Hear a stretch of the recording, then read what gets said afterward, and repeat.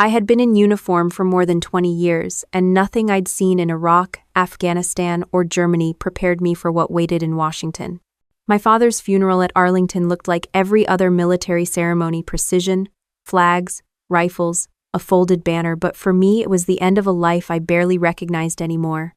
Colonel Harold Crossman had built Crossman Defense and Logistics from a tiny supply firm into a major Pentagon contractor. But at home, he was the man who taught me how to clean a rifle and how to read a balance sheet. I stood at attention next to the casket, my sister Margot a few feet away in a black designer suit, camera ready even at a graveside. She didn't look at me.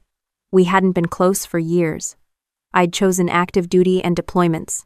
She'd chosen boardrooms and lobbying dinners. Dad had always said the company needed both sides of the family, but only one side ever got headlines. The funeral crowd was full of contractors, retired generals, and senators' aides.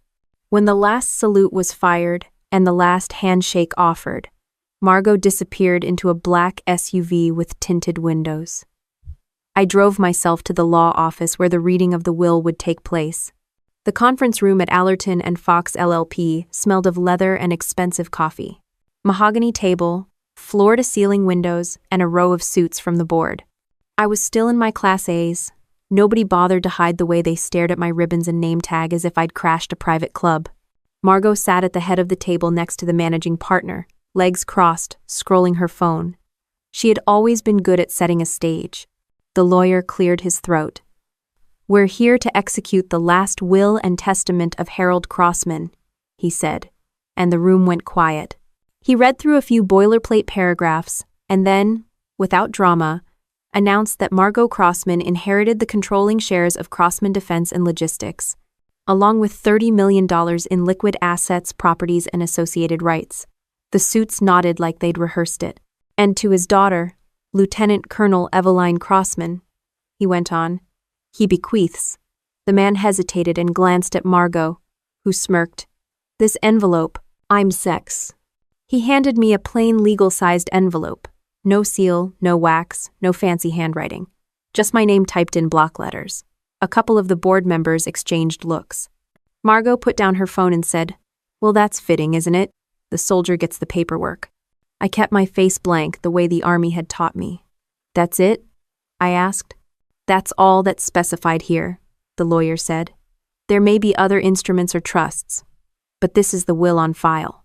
Margot leaned back. "Dad wanted the company in steady hands. You've been away for 2 decades. No offense, Eveline, but you wouldn't even know the current contracts." I didn't answer.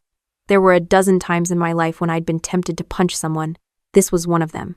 Instead, I slipped the envelope into my briefcase. The room buzzed with small talk again, plans for the next quarter, upcoming audits, who would take which office.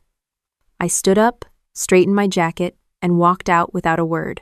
The hall outside felt colder than the cemetery. I drove back to my small apartment near Fort Myer. It was the kind of place Army officers pick when they know they'll be on the road more than at home. Functional furniture. A coffee maker that worked. Nothing fragile. I put the envelope on the kitchen table and stared at it. My hands smelled of gun oil from polishing Dad's medals that morning. Margot had her empire. I had a single envelope and 1,000 questions. I made a pot of coffee and sat down. The envelope weighed almost nothing, but my stomach felt like a sandbag. I thought about Dad's last visit to Germany. He'd asked me odd questions about security clearances and trusts, and I'd brushed him off. Maybe I shouldn't have. He'd also asked me if I still trusted Margot. I'd laughed. Now it didn't seem funny. I tore the flap carefully. Inside was a folded letter and a stack of documents bound with a paperclip. The letter was handwritten in my father's precise block script. "Eveline, you gave your life to serve the country. You never asked for shares, bonuses, or titles. I couldn't protect you from your sister's ambitions, but I can arm you now. What's in this envelope is not charity. It's responsibility. You're the only one who can save the family name, Dad." Underneath the letter was a Swiss bank statement showing $75 million in my name. Another document was a Delaware trust, granting me 55% of Crossman Defense and Logistics voting shares effective immediately. The rest of the packet was evidence. Photocopies of contracts, wire transfers, and memos suggesting bribery of procurement officials and kickbacks on overseas deals. All of them bore Margot's signature. I leaned back in the chair. For a long minute, all I heard was the refrigerator humming. Margot thought she'd cut me out. Dad had given me a weapon instead. Not a rifle this time, but a paper trail that could take down a CEO. I read through the evidence twice, making notes in the margins like I would for an operational briefing. Every page tightened the knot in my stomach but sharpened my focus. I turned on my laptop, opened a secure Army email, then stopped. This wasn't an op order or an intelligence report. This was my family. If I moved too fast, I'd blow my chance. If I waited too long, Margot might bury the trail. I needed a plan, and I needed allies who knew how to handle both military law and corporate crime. I poured another coffee and looked at Dad's handwriting again. "You're the only one who can save the family name." It wasn't sentimental. It was an assignment. I'd been given plenty of those. This one just happened to involve my sister. $30 million and a company supplying the Department of Defense. I started a list on a yellow pad. People I could trust, steps to take, documents to secure. At the top of the list, I wrote 2 names from memory, old comrades who had been through messes with me before. As the coffee cooled, my pulse slowed. The sting of humiliation was still there, but it was being replaced by something steadier, more familiar, operational focus. I had an objective now, and objectives could be achieved. Outside, traffic on Route 50 hissed through the rain. In the apartment, the envelope lay empty on the table. My phone buzzed with another message from Margot, something about signing disclaimers and moving on. I didn't open it. Not yet. The pen on my yellow pad pressed harder as I wrote the next step. I flipped the page over and dialed a number I hadn't called in years. The phone rang twice before a man's voice came on, deep and steady. "Barlow," he said. "It's Eveline Crossman," I replied. "I need legal eyes on something off the books." "Heb." There was a pause. "You still in uniform?" "Yes," I said. "And this isn't Army business.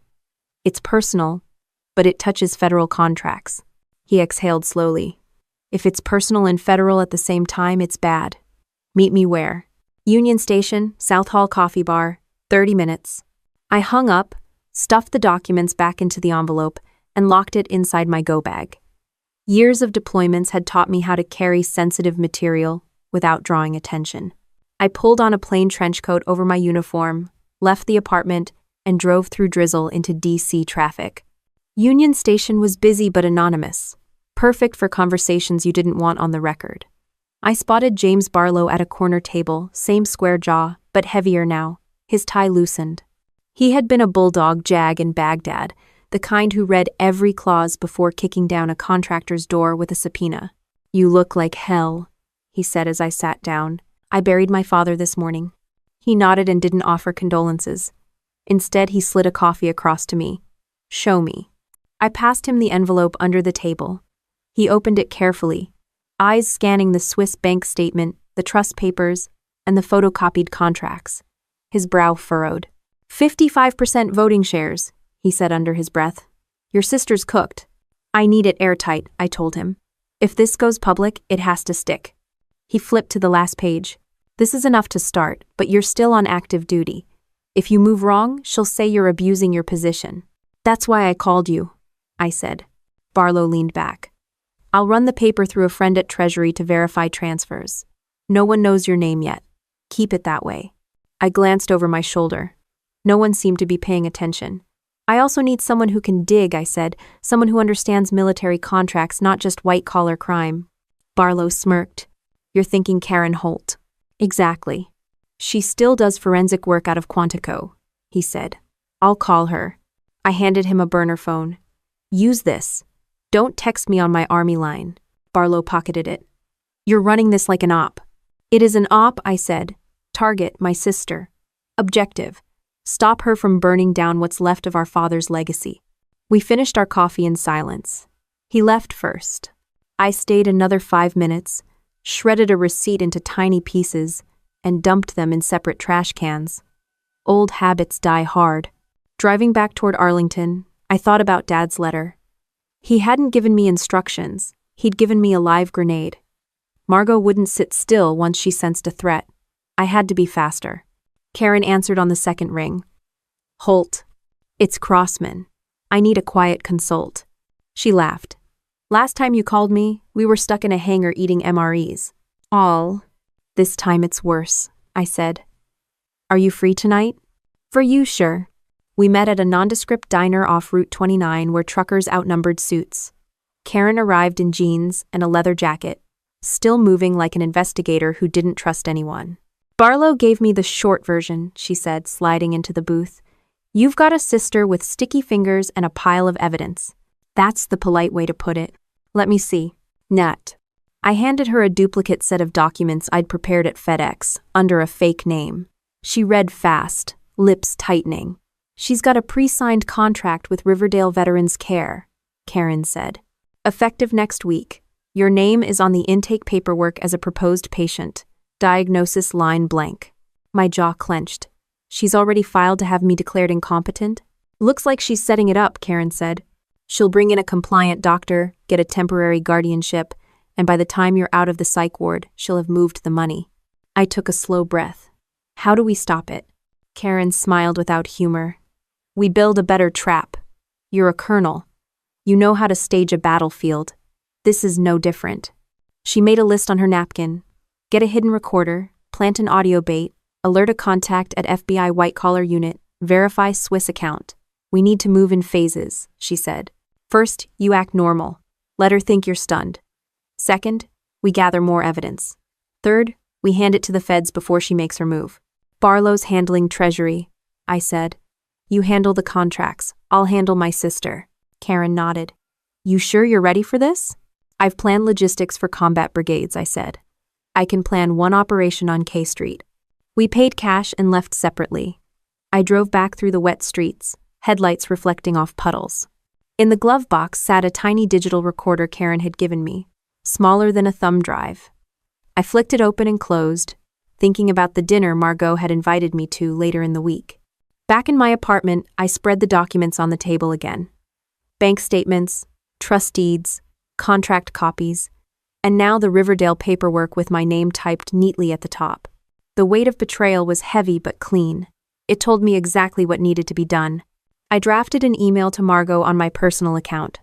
Looking forward to dinner, need to discuss Dad's funeral arrangements, no hint of anger, no mention of the envelope, just polite family business. I hit send and set the burner phone next to the recorder. I opened my father's letter one more time, not to read it, but to feel the paper between my fingers. He hadn't been sentimental. He'd been strategic. He trusted me to finish what he started. That was something I understood. I put the documents back into the envelope, sealed it in a fireproof bag, and slid it under a loose floorboard I'd installed for weapons back when I first moved in. Then I stood up, stretched the stiffness from my shoulders, and looked at the clock. In 48 hours, I'd be sitting across from Margot at an upscale restaurant, smiling while she tried to size me up. The night outside was quiet except for the hiss of cars on wet pavement. In the kitchen, the empty envelope sat like a spent shell. I picked up my phone, scrolled to a number marked Fed Contact, and hesitated with my thumb over the call button. Not yet. Timing would matter. For now, the plan was simple. Act calm, collect proof, and let my sister believe she'd already won. I locked the door, switched off the lights, and went to my desk to finish the list Karen had started. Each bullet point was an action, each action a step closer to turning the tables. The humiliation from the law office had burned off, leaving something sharper in its place. The operation had begun, and I was in control of the timeline. I picked up the burner phone and dialed the number I'd scribbled on the napkin. Karen's number before I second-guessed myself. I'm on my way, she said. No hello, no small talk. She always cut straight to work. That was why I called her. She didn't do drama, she did facts. We met at a small rented conference room off Chainbridge Road so we could spread paper without attracting attention. James Barlow arrived 20 minutes later with a slim briefcase and the look of a man unused to being surprised. He'd already called a contact at the Treasury Department. When he said he had, it sounded like a promise. First rule, he said without preamble. You don't touch anything that could be construed as a classified asset on your watch. He didn't need to be mean to be effective. He laid out 3 folders on the table, the Swiss bank statement, the trust documents, and the photocopies of contracts with enough red flags to fill a caution tape factory. Karen tapped the Riverdale contract with a pen. This is proactive, she said. This didn't appear after the will reading. This was filed in advance. She pointed to the signature block. Name of the executor, date filed, all clean. Your name's typed under the proposed intake. That's not an accident. Barlow folded his hands. We verify the Swiss account through proper legal channels. We run financial forensics on the contracts. We don't go public. If Margot smells subpoenas coming, she'll start shuffling money and hiring cleanup teams. He gave me a look that said he knew how much I could take on and how far I'd go. I don't plan on making noise, I said. I plan on making certainty. Karen grunted. Good. Certainty's lethal. We gave tasks and deadlines. Barlow would call his contact at Treasury to start a quiet verification of the Swiss transfer and put a watch on any outgoing wire moves from Crossman defense and logistics accounts. He would also contact a trusted private forensic accounting firm, clean, discreet, and experienced with defense contractors.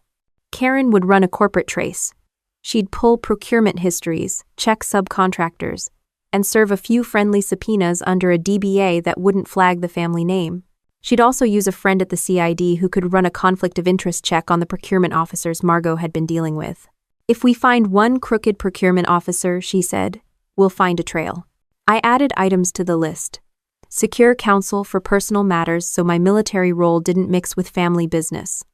Hire a private security detail to monitor my apartment and my car, and set up an off-site safe for the original documents. I told them about the floorboard stash, and they both rolled their eyes in unison. You're an old-school prepper, Karen said. Good. Keep those originals off base and off network. She handed me a tiny digital recorder disguised as a thumb drive. Plant this on the dinner table. Let her think she slipped up. Barlow looked at the recorder and smirked. Classic tradecraft, Colonel. You really are doing this like an operation. You taught me logistics, I said. This is just a different kind of mission. Barlow's first call went through that afternoon. He left a message with a Treasury analyst, careful with words, so the message couldn't be intercepted if anyone got curious. Within 2 days, police state patience would be needed. Legal confirmations, international checks, everything that sinks or swims on paperwork. Karen's results arrived faster. She called in the evening. Margot's corporate structure is aggressive, she said. Shell companies in Cyprus and 2 LLCs in Delaware. There's a pattern contracts routed to companies that then subcontract to vendors owned by offshore partners. That's how money flows out without raising alarms. Any direct links to procurement officers? I asked. 2 names pop up repeatedly. I'll pull background files. One of them was just promoted last year. We may have a pipeline. She didn't say it. But that pipeline would lead to people who could make or break a contract, the very people Margot likely greased. The practical side of the job landed on my shoulders. I needed to control optics. I called a bank in downtown Alexandria and set up an escrow account under a trust Barlow had drafted. It wasn't flashy, but it was legal and untraceable back to my active duty account. I wired a small tranche of funds from the Swiss account, enough to cover audits, security, and the kind of legal fees people thought politicians paid when they weren't watching. Barlow handled the paperwork. He told me flatly, "You're doing the right thing, don't log this on any military system." I booked a private investigator to check Margot's calendar, her recent flights, and whether she'd been meeting anyone from the procurement office off the record. PI reports have a way of neatly proving what board minutes hide. The investigator called me 3 days later with a recording of Margot laughing over lunch with someone I'd never heard of, a lobbyist with a habit of buying expensive bourbon for underlings. It wasn't damning on its own, but it was color. Color matters in a trial. Barlow threaded the legal pieces together while Karen built the factual map. Between them, the path forward came into focus. Collect more evidence, bait Margot into showing intent, and get the right federal partners involved quietly. If we could hand a sealed packet of verified documents to the FBI and Treasury with matching timelines and bank verifications, the agencies would have jurisdiction. They'd move. That meant we couldn't be the ones to expose it. We had to be the ones to deliver a rock-solid file and let the government strike. We planned the bait carefully. Margot loved ceremony. She liked to watch people scurry. Dinner would be an act, a public, highly curated meal at a restaurant where Margot felt in control. I'd go as the dutiful daughter. I'd let her brag. I'd steer the conversation only just, and I'd make sure the recorder was in place. The goal wasn't to catch her in an act of bribery. The goal was to get her to speak in a way that confirmed intent words you can put in a transcript. Karen set up an alternate cover, a fictional charity event that Margot had agreed to sponsor. It gave us the pretense for the dinner without advertising family tensions. We would look like we were negotiating a donation. In the background, Karen had already started contacting a trusted agent at the FBI's white-collar unit. He would stand by, ready to pounce if we handed him evidence that met his standards. As the hours turned into the next day, I went through a list of contingencies. If Margot left the table and called her lawyer, we'd document that. If she got nervous and tried to move funds, Treasury's watch might catch it. If she attempted to start the competency process early, Barlow would file emergency protective motions citing the trust documents and my military status. The contingency plans were granular: who to call, who to notify, and what phrases to use to avoid tipping our hand. On the personal side, I notified one trusted sergeant at Fort Myer to cover my absences and keep my military responsibilities in order. I didn't tell the base why. He respected the chain of command and my privacy. I also secured a modest, well-reviewed security team to ride with me to any public meeting. They were discreet, unbranded, and professional. In this world, appearances matter less than paperwork and presence. The night before dinner, I rehearsed. I practiced smiling on the drive to work, measured my responses to likely questions, and decided not to volunteer anything. I was not there to make a statement. I was there to listen, to gather, and to let time and proof do the rest. When I finally slept that night, I didn't dream of funerals. I dreamed of cross-checks, audit trails, and deposit slips, not because it's romantic, but because it's what would work.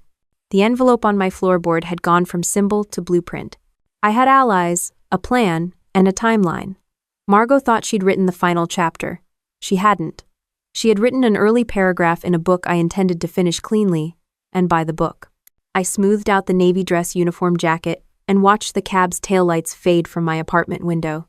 The documents were already locked in a secure briefcase on the dining table, and the little recorder Karen had given me sat hidden inside a lipstick case in my purse. Tonight wasn't about appearances. It was about control. Margot had chosen a pricey bistro in Georgetown. She liked to show off. She wanted to be seen. I wanted her to talk. I arrived early, checked my bag with the hostess, and asked for a corner table. When she came in, she was all designer silk and false warmth, trailing a younger associate carrying a tablet. She air-kissed my cheek like we were still sisters planning family vacations. "You look tired," she said, smiling the way a predator does before a bite. "Running an active-duty logistics unit will do that," I answered, not giving her an inch. Dinner started with surface-level chatter. She bragged about new contracts, hinted at her burden of managing the company alone, and then began steering the talk toward my personal life. I let her, careful not to flinch. She poured wine I didn't drink. "You've been under a lot of stress since Dad passed," she said softly. "Maybe it's time to think about your future. Somewhere peaceful, somewhere with professionals to look after you." The younger associate nodded as if reading a script. "We can help you transition, Colonel," he said. "It's normal at your age to feel overwhelmed." I kept my eyes on Margot and said nothing, letting the recorder catch every word. Karen had told me, "Don't fill silence, let them fill it." Margot leaned in. "We're not your enemies," she said. "We just want what's best for you. You don't have to keep worrying about complicated finances. That's our job now." I tilted my head. "Is that so? You've already arranged something?" Her smile flickered but recovered. "We've looked into a facility. It's comfortable. It would free you from all this pressure." I saw the younger associate glance down at his tablet. Contracts. Intake forms. Just like Karen predicted. My pulse stayed steady. Years of field exercises had taught me that. I reached into my purse, took out my phone, and placed it on the table. "That's thoughtful," I said. "Tell me more about this facility. What kind of contract have you signed on my behalf?" Margot blinked. "We haven't signed anything." "Interesting," I replied. "Because I've reviewed a deposit to Riverdale Veterans Care made 2 weeks before Dad's funeral, using company funds." Her eyes narrowed. "You've been snooping." "I've been reading what belongs to me." End quote. The younger associate tried to interrupt. "Mrs. Crossman, perhaps this isn't the—" I cut him off with a glance honed on lieutenants who'd misfiled cargo. "I'm still Colonel Crossman to you. For a moment, the table went quiet, except for the clink of cutlery at other tables. Then Margot shifted gears. "You're making a mistake," she hissed under her breath. "You don't know who you're dealing with." "I know exactly who I'm dealing with," I said, leaning closer so only she could hear. "And I know every offshore company you've been funneling money through." She sat back, stunned, the mask slipping just enough for me to see the panic underneath. "You wouldn't go public," she said. I smiled lightly. "I don't need to. Other people will handle that part." She pressed her napkin to her lips, recovering her poise. "You always did overestimate your ability to win, Eveline." "Not this time," I said. I let the conversation drift to safer topics after that. She boasted about future deals, vacations, politicians she claimed to know. I kept nodding, but every few sentences she dropped hints of her plans. Control, protecting me, shifting assets. Each time she slipped, the recorder caught it. When dessert menus arrived, I declined. "I have an early briefing tomorrow," I said. "Duty calls." She forced a laugh. Always the soldier. Back at the apartment, Karen and Barlow were waiting with laptops and legal pads. We plugged in the recorder, and Karen ran audio analysis while Barlow highlighted lines in the transcript. She confirmed intent twice, Karen said. Mentioned facility, mentioned assets, implied she'd already moved funds. Barlow looked grim. "This is enough to open a preliminary inquiry. Treasury will flag outgoing wires. FBI will want a full package, but this is a good start." I took off my uniform jacket and laid it over the chair. "Good. Make the calls." We divided next steps. Karen would deliver copies of the audio and transcripts to her FBI contact. Barlow would file emergency motions to secure my rights as majority shareholder under the trust, temporarily freezing any asset transfer requiring my signature. "Expect blowback," he warned. "She'll know you're not passive anymore." "I'm counting on it," I said. We moved to the next action. An internal audit at Crossman Defense and Logistics under my authority as majority shareholder. We'd present it as routine compliance to avoid tipping off employees loyal to Margot. At the same time, Karen would interview a procurement officer she suspected of taking kickbacks. I also asked Barlow to draft a formal revocation clause for the public-facing inheritance. If Margot violated ethical standards, I could legally suspend her management authority. It wasn't dramatic, it was just leverage. The following morning, I walked into the Pentagon for my routine duty, outwardly calm. Inside my head, the plan clicked forward like a logistics chain. My phone buzzed with a text from Karen. "FBI contact says, proceed. Keep collecting. Don't confront directly again." I texted back a single word. Copy. During a lunch break, I slipped into a secure conference room and reviewed the Swiss account activity on a secure laptop. Funds were steady. No new withdrawals. Good. At 1,400, Barlow called. "Freeze order accepted. She can't move any major assets without your counter-signature starting today." "Perfect," I said. By evening, the security firm I'd hired had installed discrete cameras at my apartment and checked my car for trackers. They found none but swapped my car's GPS module anyway. At night, I sat at the dining table with the transcript spread out, highlighting each section Margot had said that could be construed as undue influence or fraud.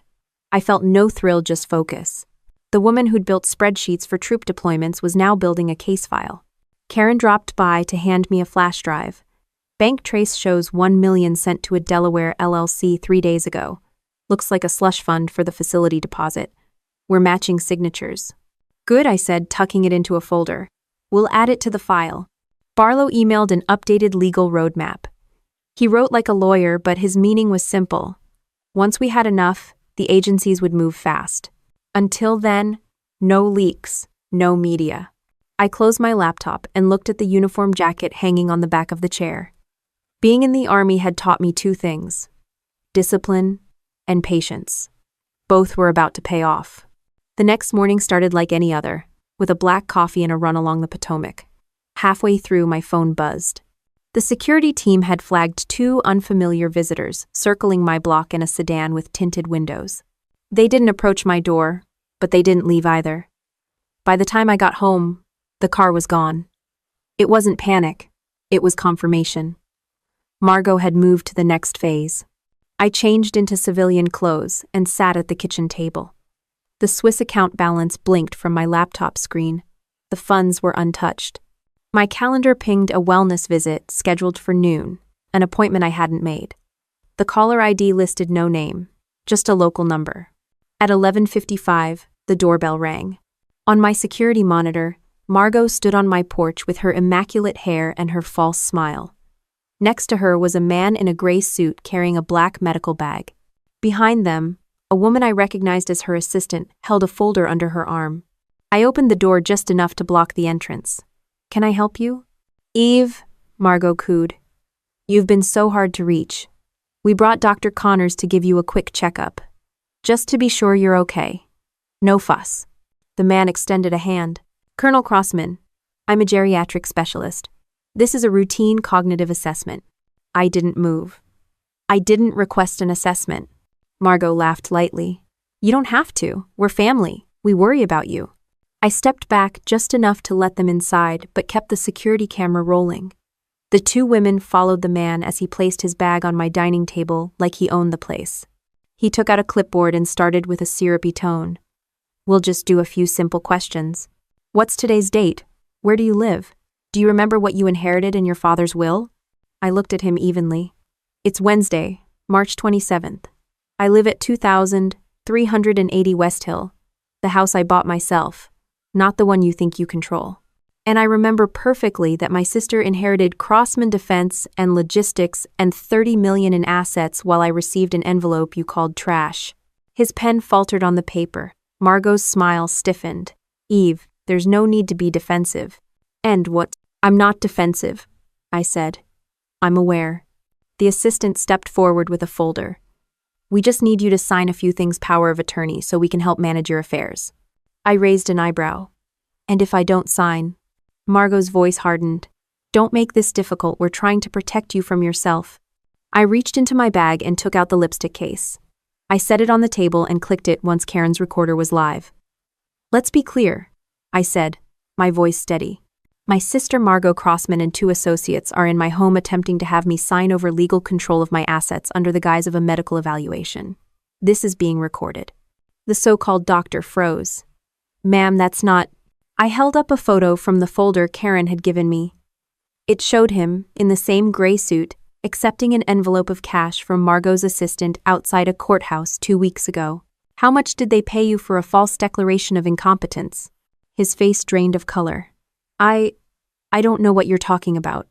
"I'm talking about this," I said, sliding the photo across the table. "And about the signed contract with Riverdale Veterans Care, with my name typed in as a resident before my father's funeral was even over." The assistant's hand trembled on the folder. Margot snapped. "This is harassment." "No," I said, standing. "This is me protecting myself." 1. I dialed a number on my phone. "Barlow, it's Eveline. They're here, just like you predicted." "Yes, everything's recorded." Margot reached for my phone. "Stop this. You're making a fool of yourself." I stepped back. "If you touch me, it'll be the last thing you do as a free woman." The room went still. For the first time, Margot's eyes lost their calculation. She looked at the fake doctor, who had started edging toward the door. "We're leaving," she hissed. "You're not going anywhere yet," I said, blocking the doorway. "I want you to hear something first." I played the recording Karen had extracted from the company's server, Margot's voice discussing getting rid of her with a procurement officer. It was only 30 seconds long, but enough to crack her composure. "This isn't legal," Margot spat. "Everything about what you're doing is illegal," I replied. "But unlike you, I have witnesses, evidence, and the law on my side." The man with the medical bag muttered something about misunderstanding and bolted. The assistant followed. Margot stayed just long enough to hiss, "You're going to regret this." I closed the door quietly behind her. My security camera captured every second. Within an hour, Karen and 2 FBI agents arrived to collect the recordings and photos. They didn't make promises, they never do, but their expressions told me enough. One agent asked for a sworn statement. I gave it calmly, laying out times, dates, names. "From here on," he said, "if she contacts you, call us first." After they left, the apartment was silent. Not a comfortable silence, but a clean one. I sat down at the dining table and looked at the stack of evidence now neatly organized in manila folders. I felt no rush of victory, only the clarity of someone who has finally taken the offensive. I poured myself a fresh coffee, still in my running clothes, and opened my laptop. An email from Barlow was waiting. The emergency freeze on company assets had been extended, and Margot's attempts to transfer funds to her Delaware shell had been blocked. Another email from Karen included a transcript of the dinner conversation with highlighted phrases: facility, protect you, free you from finances. Her note at the bottom read, "This plus today's stunt is enough for a sealed affidavit. Your move." End a requote. I closed the emails and began drafting a statement of my own, not for the press, not for the public, but for the auditors Barlow had lined up. They would begin their work at Crossman Defense and Logistics the next morning, combing through every contract, every invoice, every offshore payment. The phone buzzed again. A text from an unknown number. "You've made a powerful enemy. Think carefully." I deleted it without replying. That night I went through my father's letters again, not for comfort but for confirmation. He had known this would happen. He had built a trap inside a gift, and now it was closing. I put the letters back in the safe, locked it, and set the alarm. There was no triumph in the room, only resolve. In the Army, we call it phase lines markers you cross when you've completed a stage of an operation. Today was one of those. I turned off the kitchen light, picked up the manila folders, and headed to my home office. Work remained, and I intended to finish it. I stood at the window the next morning as a light drizzle hit the glass. Below on the street, 2 unmarked cars idled quietly, one of them belonging to my new security detail. They weren't there for show, they were there to make sure no one tried to push me into a van or serve me forged papers. The night before had changed the balance. Barlow arrived at 8 a.m., sharp, carrying a hard-shell briefcase. He nodded at the security guard at my door and walked in without a word. "Everything's ready," he said, setting the case on my table. "We're handing a sealed packet to the FBI today. You're also signing documents to execute your shareholder authority." Karen followed close behind with a laptop and a stack of folders. She dropped them on the counter like she was delivering ammo. "Audio's been cleaned up. We've pulled key phrases, timestamps, and matched them to the contract you found in Margot's assistant's bag. It's airtight." I poured coffee for all 3 of us, my uniform jacket draped over the back of a chair. "Let's do it." Barlow opened the case and handed me a set of papers. "This formally asserts your status as majority shareholder and invokes the emergency ethics clause your father inserted. It gives you power to suspend Margot from any managerial role pending investigation. Sign here and here." I signed, my signature steady. "What about the board?" "They don't get a vote," Barlow said. "Not under this clause." Karen glanced up from her laptop. "FBI white-collar unit's agent in charge is meeting us in 30 minutes. They've already reviewed a preliminary packet. They want the full file and your sworn affidavit." We drove to a nondescript federal building on K Street. No press, no flashing lights. Inside, a conference room smelled of coffee and carpet cleaner. A middle-aged agent in a dark suit shook my hand. "Colonel Crossman," he said, "thank you for coming in." I handed him the flash drive. "Everything's on there. Audio, contracts, bank transfers, photos." He nodded and plugged it into his secure laptop. Another agent took my sworn statement on the record. No one cracked jokes. No one made promises. They asked clear, precise questions. Dates, names, amounts, how I obtained the evidence. I answered with the same precision I used to brief a commanding officer. When it was done, the lead agent closed his notebook. "This gives us jurisdiction to open a covert investigation. We'll put monitors on the accounts you've flagged. We'll need you to keep acting as though nothing has changed." "I can do that," I said. Back in the car, Karen looked at me. "You just turned the key. They'll be watching her now." I exhaled slowly. "Good. Now let's clean house." And by noon, we were inside the Crossman Defense and Logistics headquarters. For years, I'd walked these halls as a visitor, the invisible partner to my father's empire. Today, I walked in as the owner. Employees stared, whispering as we passed. Karen stayed a step behind me, carrying the folders. Barlow peeled off to meet the corporate counsel. At the top floor, Margot's secretary tried to block the door. "Mrs. Crossman isn't expecting visitors." "I'm not a visitor," I said, pushing the door open. Margot stood behind the CEO's desk wearing a red blazer, her hair flawless as always. "What is this?" she demanded. "This is me exercising my rights," I said, handing her a copy of the signed suspension notice. Effective immediately. You're relieved of all managerial duties pending ethics review. You're barred from authorizing transfers, signing contracts, or representing the company in any capacity. She scanned the document, her face tightening. You can't do this. I just did. That. Her voice rose. This company is mine. Dad left it to me.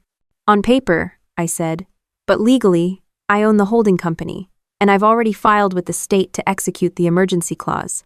Security will escort you out once you gather your personal items. Karen placed a second document on the desk. Audit begins today. All staff are instructed to cooperate. Any destruction of documents will be treated as obstruction. Margot glared at her. You're going to regret this. No, I said. You're going to explain to federal agents why you tried to have me declared incompetent while siphoning government contract money through shell companies. Her eyes flicked to Karen, then back to me. This is a setup. No, this is accountability. She slammed the notice down. You're not as smart as you think, Eveline. You don't know the people I know. I leaned in slightly. And you don't know how much evidence I've already given them. This isn't a family argument anymore. It's federal. 1. For a heartbeat, the only sound was the muted hum of the building's HVAC system. Then Margot grabbed her purse and stormed out, the secretary scurrying after her. Employees in the hallway watched wide-eyed as she passed. Karen muttered, "That's one for the cameras." Barlow rejoined us, calm as ever. The board counsel's on our side. They saw the documents. They're not going to fight you. Good, I said. Let's get to work. Arnat. We spent the rest of the day in the boardroom with auditors spreading papers across the table. Procurement records, offshore wire transfers, contract amendments, all of it laid bare. The more we dug, the uglier it looked. Inflated invoices, double-billed materials, payments to LLCs with no employees. One auditor whistled low. This is blatant. Someone thought they'd never be caught. Document everything, I ordered. Chain of custody on every file. Digital backups on encrypted drives. I walked down to the operations floor mid-afternoon to speak directly to the employees. About 30 of them gathered near the break room. I know you've heard rumors, I said. Here's the truth. There's an internal audit underway. It's not about you, it's about cleaning up what's been done above your heads. If you have information about irregularities, you can come to me directly. No retaliation, no exceptions. Several nodded, relief on their faces. A foreman raised a hand. Ma'am, will the contracts be honored? We've got families to feed. Yes, I said. All legitimate contracts stay. Payroll stays. Only the fraud stops. Applause broke out, not loud but genuine. It wasn't just a speech, it was a promise. Back upstairs, Karen showed me a text she'd just received from her FBI contact. Monitoring in place. First suspicious transfer flagged. Good work. I took the phone, read the message, and handed it back. Let's keep digging. End of. By early evening, boxes of documents lined the boardroom walls. The auditors worked quietly, photographing and logging each item. Barlow drafted a press release stating only that management changes had occurred to comply with federal regulations. No drama, no names, just fact. When the last employee left for the night, I walked the empty halls alone. The office smelled of dust and stale coffee, but for the first time it felt like mine. Not a trophy, not a trap, but a command post. I returned to the boardroom where Karen and Barlow were packing up. Tomorrow, Karen said, we'll start interviews with procurement staff. We've already got one willing to talk in exchange for immunity. Perfect, I said, closing a folder. Barlow locked the case and gave me a small smile. Your father would be impressed. I didn't smile back, but I felt a quiet surge of steadiness. This wasn't over, not by a long shot, but the initiative had shifted. I picked up my uniform jacket, slung it over my shoulder, and walked out of the boardroom with my head high. The hum of the fluorescent lights in the boardroom felt like the drone of a forward operating base at 0500 hours. Everyone was in place. Auditors along one side of the table, Karen with her laptop open like a mission console, Barlow reviewing a stack of affidavits. I had swapped my uniform for a plain blazer and boots, but my mindset was still that of a logistics officer preparing a campaign. Here's the latest, Karen said, scrolling through bank screenshots. We've confirmed at least 3 offshore accounts tied to Margot's shell companies. All match procurement payments diverted from Crossman Defense and Logistics. This isn't petty fraud. It's a full pipeline. I leaned over her screen. Amount? 7.4 million so far. More incoming. Owen. Barlow tapped a legal pad. And we have sworn statements from 2 procurement staffers. They'll testify that Margot pressured them to approve inflated invoices. That's federal contracting fraud. The FBI will not ignore it. I nodded. Then we treat this like an operation. Objectives, timelines, contingencies. I drew a simple grid on the whiteboard columns for assets, actions, and outcomes. Under assets, I listed Swiss funds secure, majority shares secure, FBI monitoring, active, company audit, active. Under actions, I wrote freeze transfers, collect witness statements, restructure operations. Karen smiled faintly. I haven't seen a whiteboard this clean since Sid. This isn't about pretty slides, I said. It's about control. By mid-morning, we had set up an internal command center in a small, unused office down the hall. 2 secure laptops, a locked file cabinet, and a line directly to the FBI liaison. It wasn't fancy, but it was ours. While Karen and the auditors pored over documents, I called an all-hands meeting with senior managers. 30 people filed into the conference room, some nervous, some curious. These were the men and women who had kept the company running under Margot's flashier leadership. I spoke without a script. You all know me. You've seen me at company events. You've seen me with my father. You also know what this company does. It builds things for the U.S. military. That means it's not just a business. It's part of a national mission. Right now, that mission is being compromised by fraud. That stops today. A low murmur moved through the room. I raised a hand. Everyone here who's been honest has nothing to fear. Your jobs are secure. Payroll is secure. But if you've participated in irregular payments or shell contracts, come forward now and cooperate. This is your only chance for leniency. One manager in the back, a logistics coordinator named Bill, raised his hand. Ma'am, if we cooperate, will we still have jobs? Yes, I said. If you come clean and work with the audit, you'll keep your job. If you obstruct, you'll be terminated and possibly prosecuted. He swallowed hard and nodded. Karen took down names of those willing to talk privately. By the end of the meeting, 6 managers had asked for one-on-one sessions. The mood was tense but different. Less fear of Margot, more curiosity about me. Back in the makeshift command center, Barlow looked up from his laptop.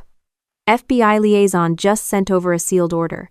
They're freezing one of Margot's Delaware LLC accounts right now. She's going to feel that. Karen grinned. Her lawyers are probably lighting up her phone already. Oh, I didn't smile. Good. Let her scramble. In the afternoon, I drove to the main construction yard, hard hat in hand. It was raining lightly, but dozens of workers were still on site, finishing an affordable housing project my father had started. The site had been mismanaged in the past, but now it was under my direct supervision. Frank, the site supervisor, met me at the gate. Mrs. Crossman, sorry. Colonel never thought I'd see you here in boots. Get used to it, I said. He showed me around the site. Materials were being logged properly, invoices matched deliveries, and the crew looked relieved. Word travels fast, Frank said quietly. They know you're cleaning house. Morale's better already. I stopped at a half-finished unit where a group of veterans were installing drywall. How's it going? I asked. One of them grinned. Better than before. We're actually getting paid on time now. Their words landed harder than they knew. My father had built this company on contracts with the military, promising quality and integrity. Margot had turned it into a cash cow.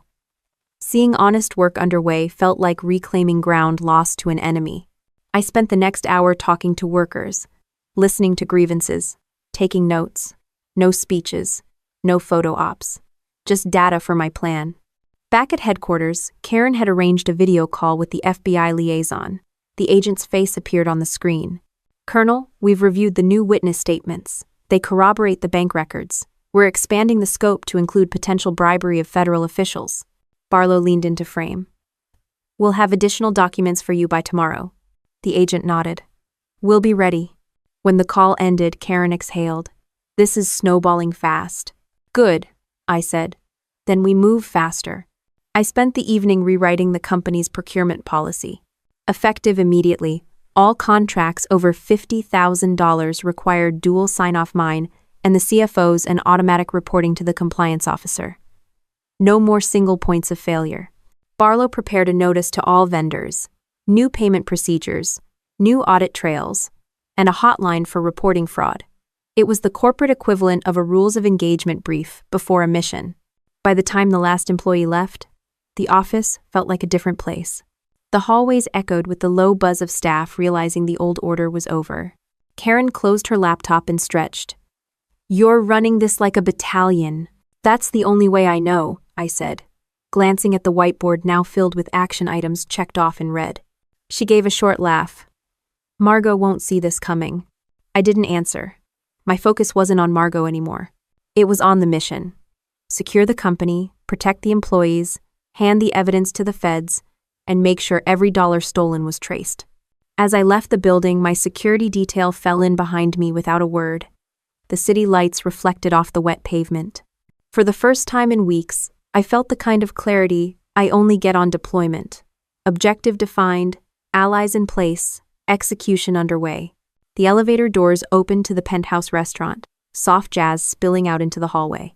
I had chosen the location carefully, a place Margot liked, but one where the private rooms had discreet cameras built into the walls and a direct exit to the street. My security detail stayed in the lobby. This was my meeting, and I wanted her to feel alone. She was already seated at a corner table with a glass of white wine, scrolling her phone. When she looked up, the practiced smile was still there, but her eyes were hard. "You asked for this meeting," she said. I almost didn't come. I sat down across from her, placing a slim folder on the table like an officer laying out a map before a briefing. "You should have stayed home," I said quietly. She laughed, brittle. "Oh, please. What are you going to do? Arrest me yourself?" "No," I replied. "I don't arrest people. I hand them over." She tilted her head. "You've been busy. Audits, suspensions, freezing accounts. You think you're clever, but you're playing in a league you don't understand." I opened the folder and slid a set of color printouts toward her. Bank transfers from Crossman Defense and Logistics to Delaware LLCs. Shell corporations linking to offshore accounts. Her signature on every contract. "I understand perfectly," I said. Margot didn't touch the papers. "You've been snooping in things you don't have clearance for." "Oh, sen. I don't need clearance to look at my own company's books," I said. "I'm the majority shareholder. And these," I tapped the documents, "are crimes." She took a slow sip of wine. "You think the FBI will save you? They work with people like me every day. You're a soldier, Eveline, not a lobbyist. You don't know how the real game is played." I leaned forward, voice low. "I know bribes. I know fraud. And I know what you tried to do to me with Riverdale Veterans Care. I have your doctor on tape, your assistant on tape, and your deposit receipts."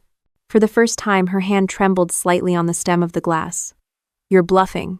I pulled out a small digital recorder, pressed play, and let her own voice fill the room. "She'll be out of the way before the next quarter. We can move the funds once she's admitted." The sound quality was clear, the date stamped in the corner. Margot's face drained of color. "You can't use that. It was private." It was criminal," I said. She straightened, eyes flashing with anger. "You've always been jealous.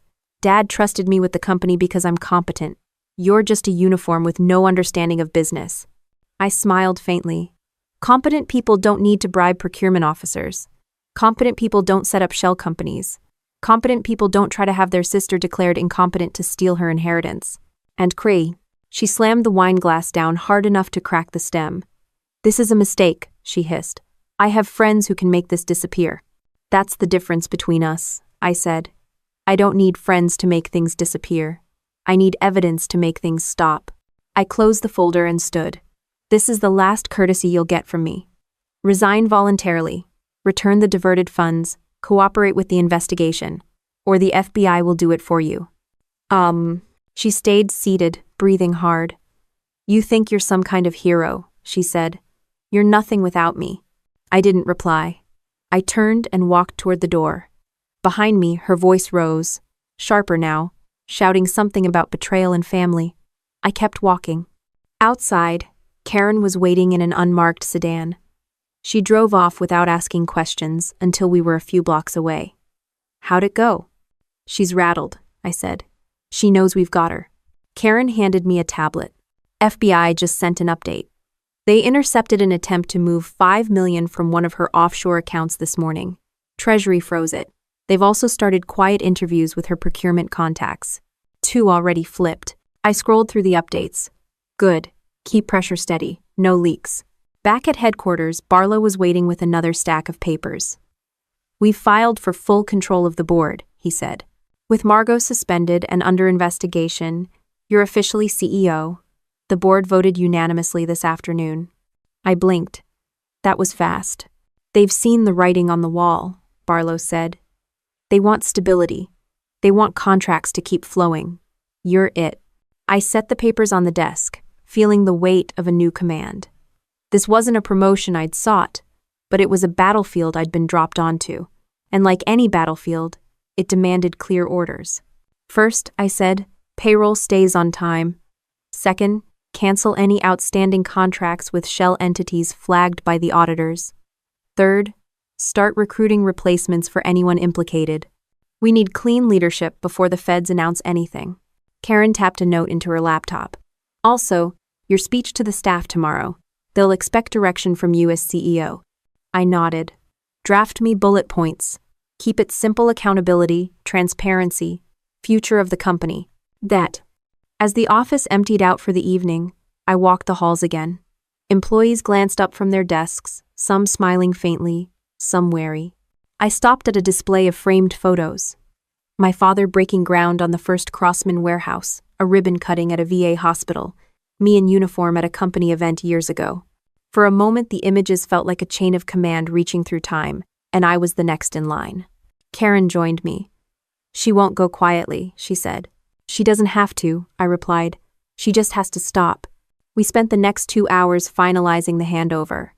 Security badges reissued, passwords changed, access logs printed, Margot's name removed from every authorizing signature.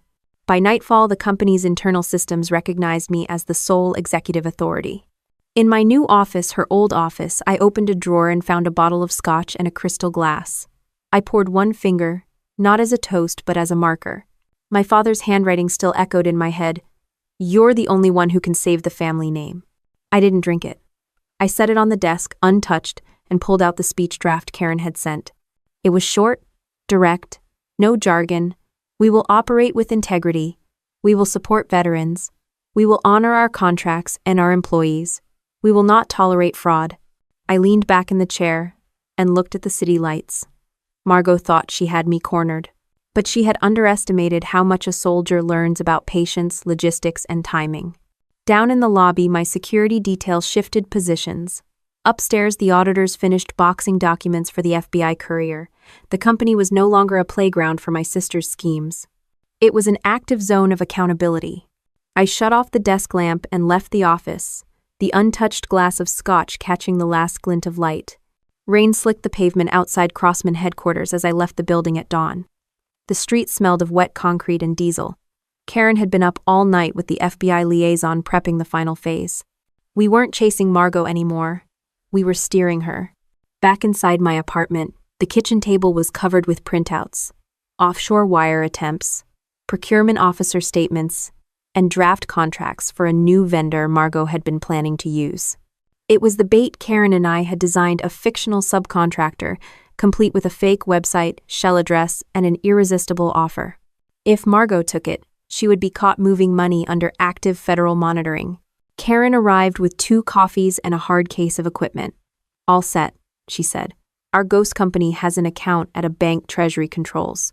She moves $1, they'll see it. Barlow followed her in, carrying legal documents. And here's your authorization as CEO to initiate the contract. Everything's clean. On paper, it's a normal vendor approval. I initialed where he pointed. Once she bites, we have her, I said. Karen grinned. We've got the net. We just need the fish. By mid-morning, the fake subcontractor's proposal was uploaded to the secure vendor portal Margot's team still had limited access to.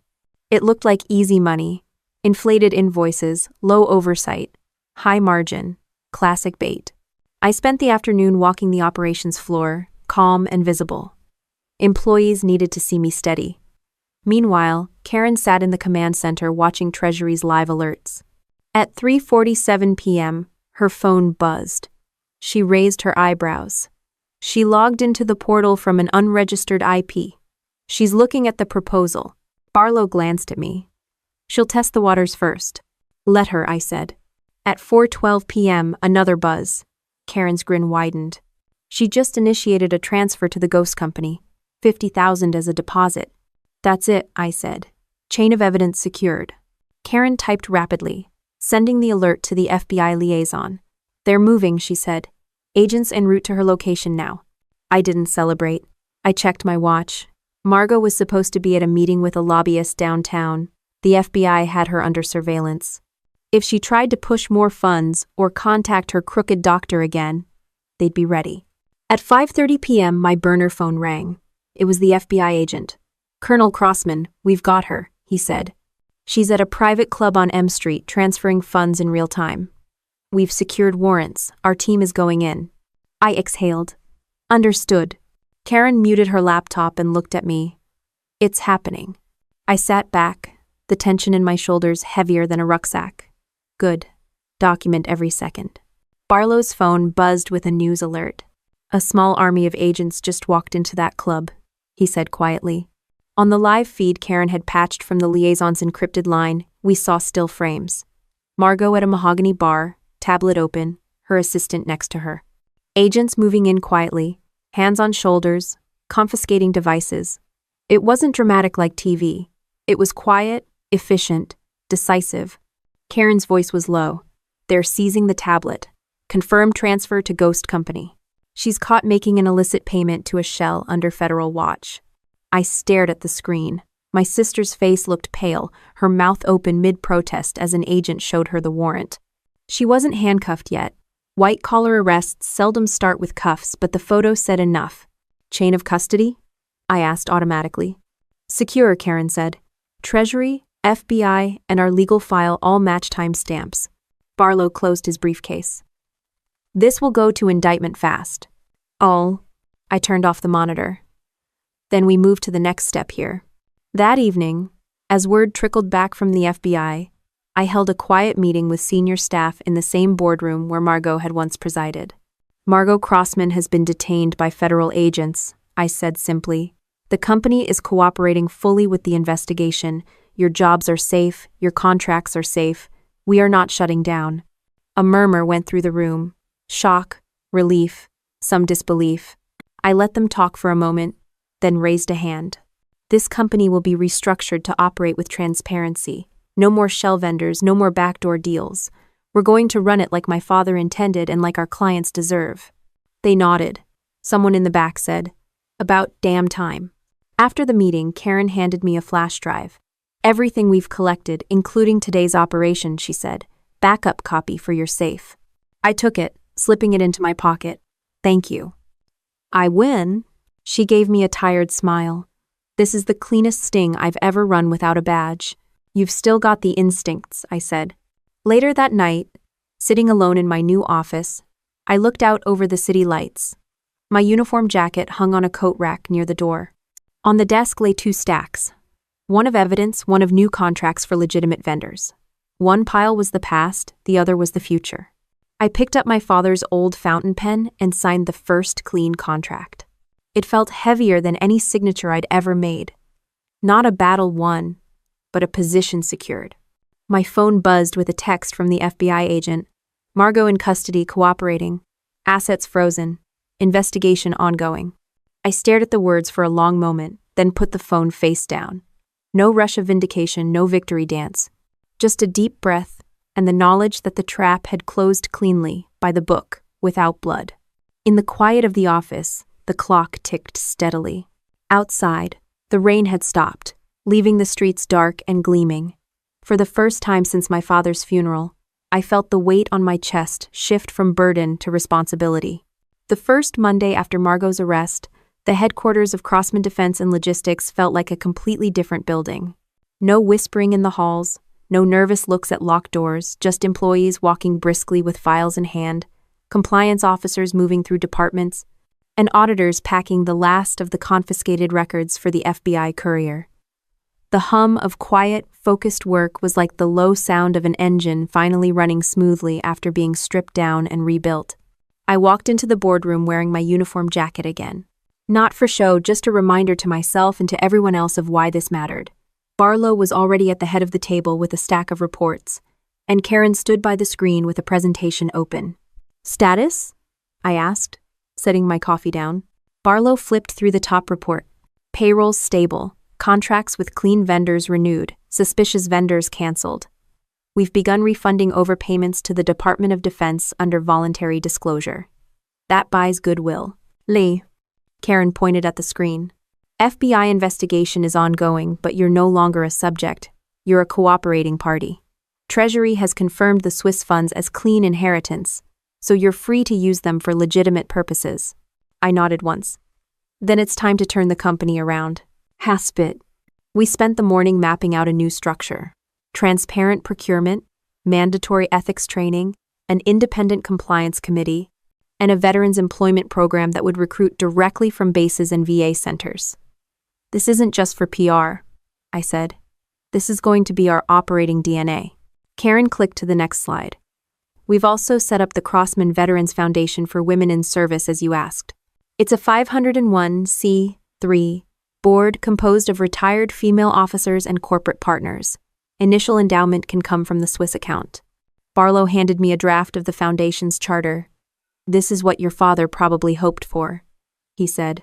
I read the mission statement aloud. To support, mentor, and empower women who have served in the U.S.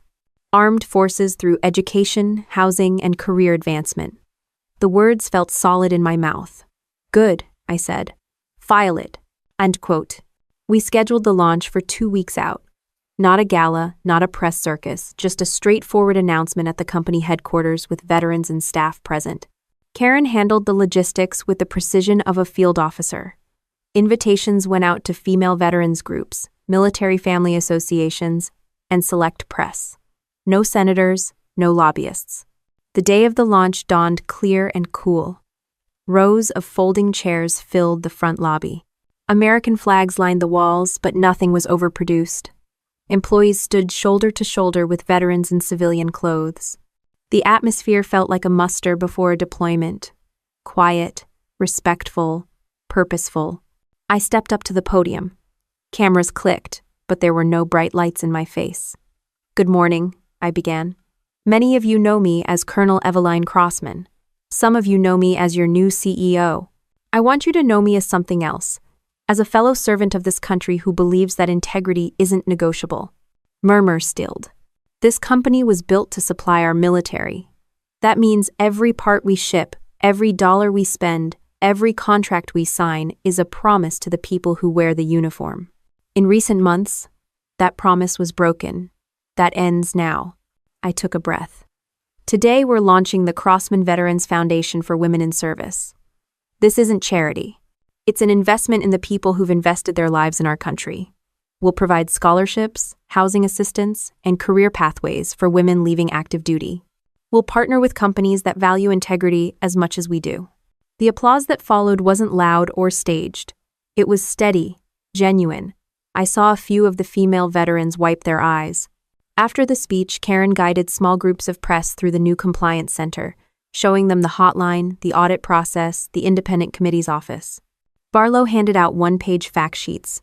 Simple, direct, no buzzwords. A young journalist asked me, "Why focus on women veterans?" I answered without hesitation. Because they're the fastest growing segment of the veteran population and the least served. My father taught me that logistics is about getting the right support to the right people at the right time. That's what we're doing. Later, as the crowd dispersed, a retired sergeant major approached me. "Ma'am," she said, "this is the first time a defense contractor has looked me in the eye and said we matter. Thank you." Her handshake was firm, her eyes steady. It was the kind of moment no headline can buy. Back upstairs, the boardroom had been converted into a working office for the foundation. Karen already had volunteers answering calls from veterans interested in the program. Barlow was on the phone with the regional bank about setting up microloans. This is moving fast, Karen said, handing me a folder of pledges from corporate partners. They're signing on because they see you're serious. Good, I said. Keep the barrier low for entry. We want impact, not red tape. I know, praise. By late afternoon, the first press stories went online. Headlines read, Crossman Defense and Logistics launches foundation for women veterans amid cleanup, and new CEO, Army Colonel pledges integrity over profit. The comment sections were surprisingly positive. Barlow shut his laptop. You've changed the narrative, he said. I didn't change it, I replied. I told the truth and gave people something to build on. That evening, I walked the operations floor again. Workers had posted copies of the foundation's announcement next to the time clocks. Someone had taped a handwritten sign above the coffee machine. We're back on mission. In my office, I opened my father's old fountain pen again and signed the official funding authorization for the foundation. The ink flowed smoothly across the page.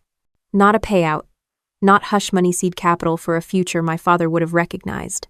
Karen leaned in the doorway. We've come a long way from that envelope on your kitchen table, she said. I looked at her. And we're not done. This isn't just about cleaning up. It's about doing the job right. She smiled faintly.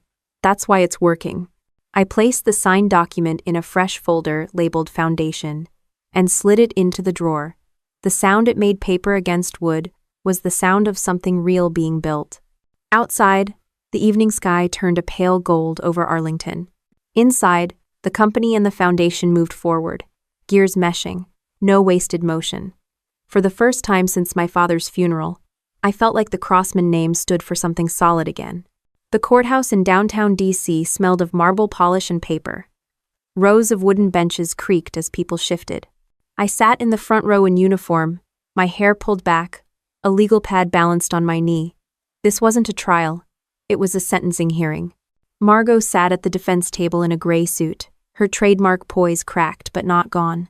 Her lawyer whispered in her ear while federal prosecutors laid out the case. Shell companies, kickbacks, the attempted guardianship fraud, the recorded conversations. It was all there, neat and clinical. Judge Harmon, a former JAG himself, listened without expression. When he finally spoke, the room went silent. Margot Crossman, he said, you have pleaded guilty to fraud against the United States government, attempted exploitation of a family member, and obstruction of justice. Taking into account your cooperation since arrest, this court sentences you to 10 years probation under strict financial monitoring, permanent removal from any government contracting roles, and restitution of diverted funds. A low murmur rippled through the courtroom. Margot stared straight ahead. She didn't look at me. She didn't speak. I closed my legal pad and exhaled through my nose. No celebration, no gloating, just a steady release of tension. Justice wasn't a dramatic takedown. It was paperwork, patience, and proof. Outside the courthouse, a few reporters shouted questions. I gave a single statement at the microphones. Crossman Defense and Logistics has cooperated fully with the federal investigation. We have implemented new compliance measures and launched the Crossman Veterans Foundation for Women in Service. Our focus is on integrity and support for veterans. Then I walked away. No soundbites, no drama. Back at headquarters, employees gathered in the break room to watch the newsfeed. When the sentencing scrolled across the screen, a quiet cheer went up. Not because Margot had fallen, but because the company had survived. Karen met me in my office. That's it, she said. She's out. She can't touch the company or the contracts ever again. I nodded. Good. Now we focus forward. Barlow arrived with a fresh stack of reports. Audits complete. Fraud losses recouped. Payroll secure. Foundation funded. He paused. You've done what most people thought was impossible. I poured 3 coffees and handed them out. We all did, I said. This wasn't a solo mission. That afternoon we held an internal town hall for all staff. No stage, no lights. Just me standing in front of a large Crossman logo. You've been through upheaval, I told them. You've seen headlines and rumors. Here's the truth. The company's clean, the contracts are solid, and we're not going anywhere. We will operate with transparency, and we will honor the people who build and use our products. You have my word as a soldier and as your CEO. Applause filled the room. Not loud or forced, steady and real. In the weeks that followed, the foundation's work ramped up. We hosted workshops for female veterans transitioning to civilian life.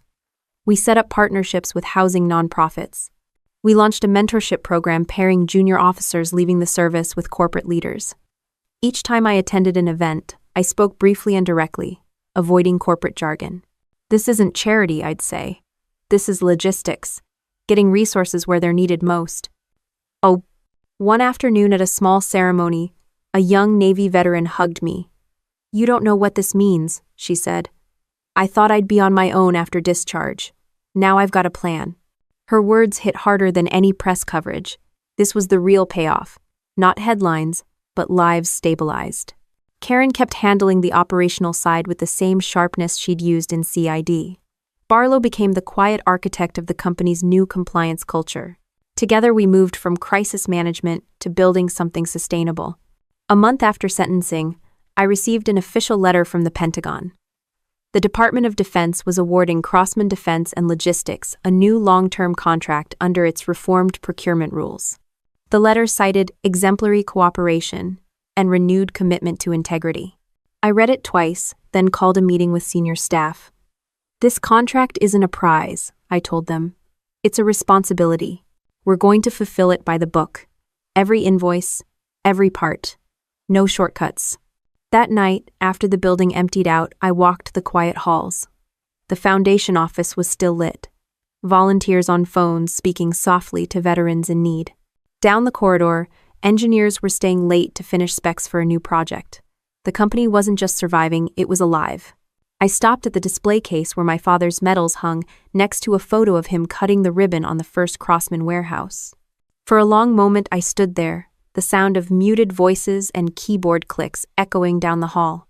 "We did it, Dad," I murmured, not as a boast but as a report. Mission complete. I turned off the lights, locked my office, and stepped out into the cool Arlington night. The city smelled of rain and exhaust, the sidewalks slick under the street lamps. My security detail kept a discreet distance now. The threat had passed. In my pocket was a folded card from the first group of female veterans our foundation had helped. Inside, they'd written, "Thank you for fighting for us."